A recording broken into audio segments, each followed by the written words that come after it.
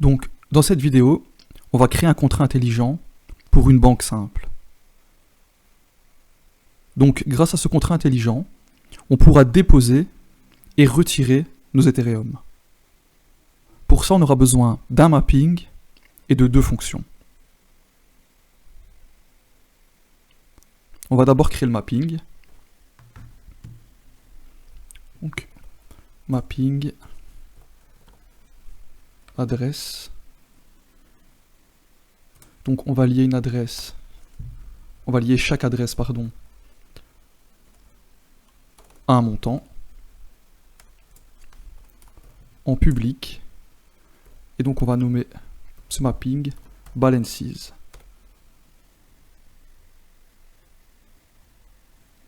Donc, balances est une variable de type mapping qui associe une adresse à un solde en Ether.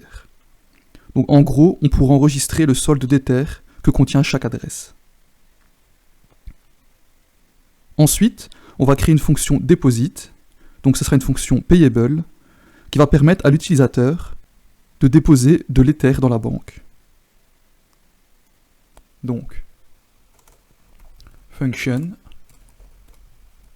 deposit en public payable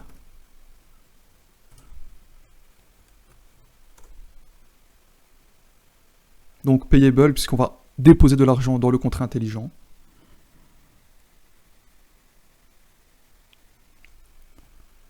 Tout d'abord,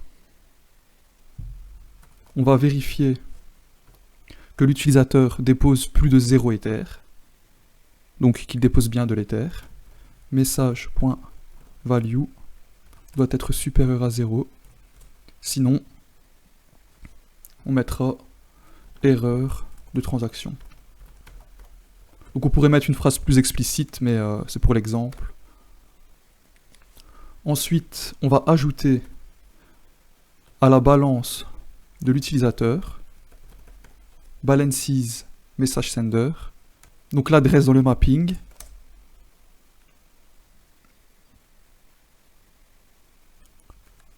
plus égal, donc on va lui ajouter le message.value.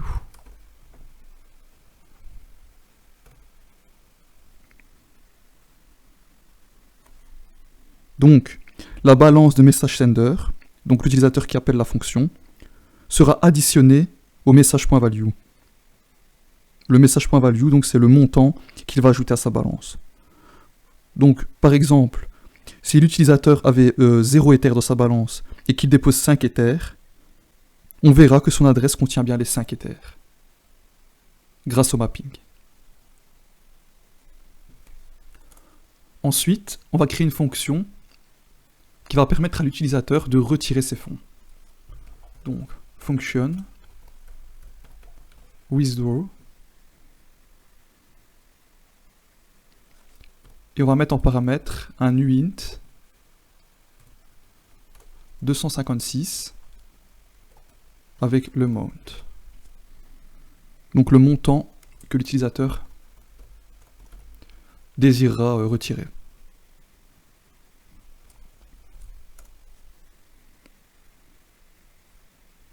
Il faut savoir que de base, le amount en paramètre sera en way. Dans Solidity, toutes les valeurs Ether sont générées en way. Donc dans ce cas, pour convertir amount en Ether, on va devoir multiplier amount par 10 exposant 18. Puisque 1 Ether est égal à 10 exposant 18 way. Donc, uint conversion est égal à amount fois 10 exposant 18. Ensuite, on va vérifier si l'utilisateur possède bien les Ethers qu'il désire retirer.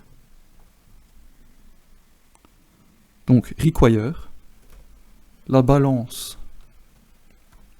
message.sender, donc la balance de l'utilisateur,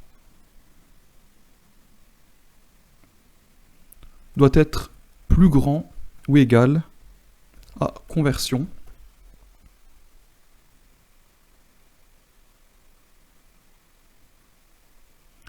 sinon on aura comme message d'erreur erreur de transaction.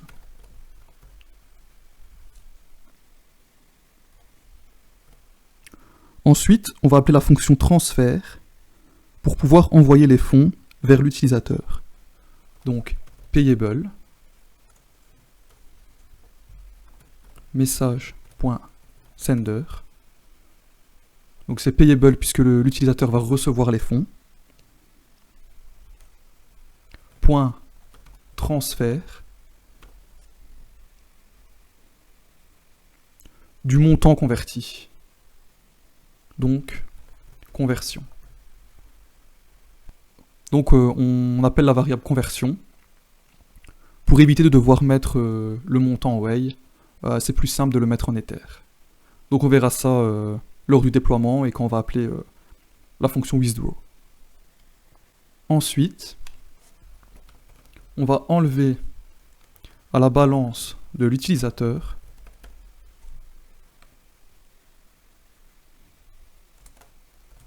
le montant converti.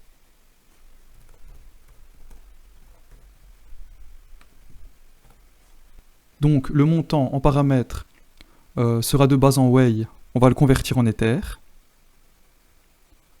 Ensuite, il faudra, ici ça a remis amount, mais c'est conversion. Ensuite on va vérifier si l'utilisateur possède bien le montant qu'il désire retirer. Si c'est le cas, on va transférer les fonds vers son adresse. Ensuite, on va enlever le montant de sa balance, donc dans le mapping.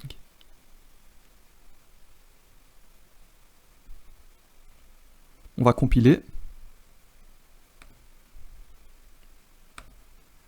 On va ensuite déployer.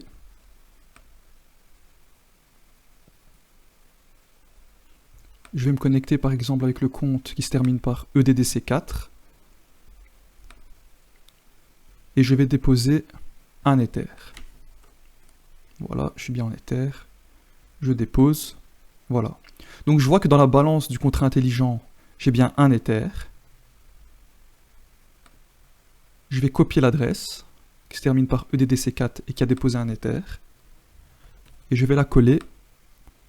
Et je vois bien que j'ai un Ether. Donc ici c'est le montant en way qui s'affiche. Je vais me connecter avec un autre compte. Donc le compte qui se termine par exemple par 02DB et qui a 89 Ethers. Je vais déposer 10 Ethers dans la banque. Je dépose. Donc je vois bien que le contrat intelligent possède en tout 11 Ethers. Je vais supprimer cette adresse. Et je vais copier l'adresse qui se termine par CO2DB et qui a déposé 10 Ethers. Je vais consulter la balance. Bon, le montant va s'afficher en way, mais je vois bien que j'ai 10 Ethers. J'ai 10 Ethers et je vais essayer d'en retirer 20. Et je vois bien ici qu'il y a une erreur avec le message qui s'affiche ici. Erreur de transaction. Je vais maintenant essayer de retirer mes 10 Ethers. Donc je vois bien que j'ai 79 Ethers, 79 pour les Français. Je les retire. Je vois bien que la balance du contrat intelligent est repassée à 1 Ether. Et je vois bien que j'ai de nouveau avec l'adresse CO2DB 89 Ethers. Je reconsulte la balance et je vois que j'ai 0 Ether. Donc voilà, c'est un contrat intelligent assez basique d'une banque, donc qui permet de déposer et retirer de l'Ether.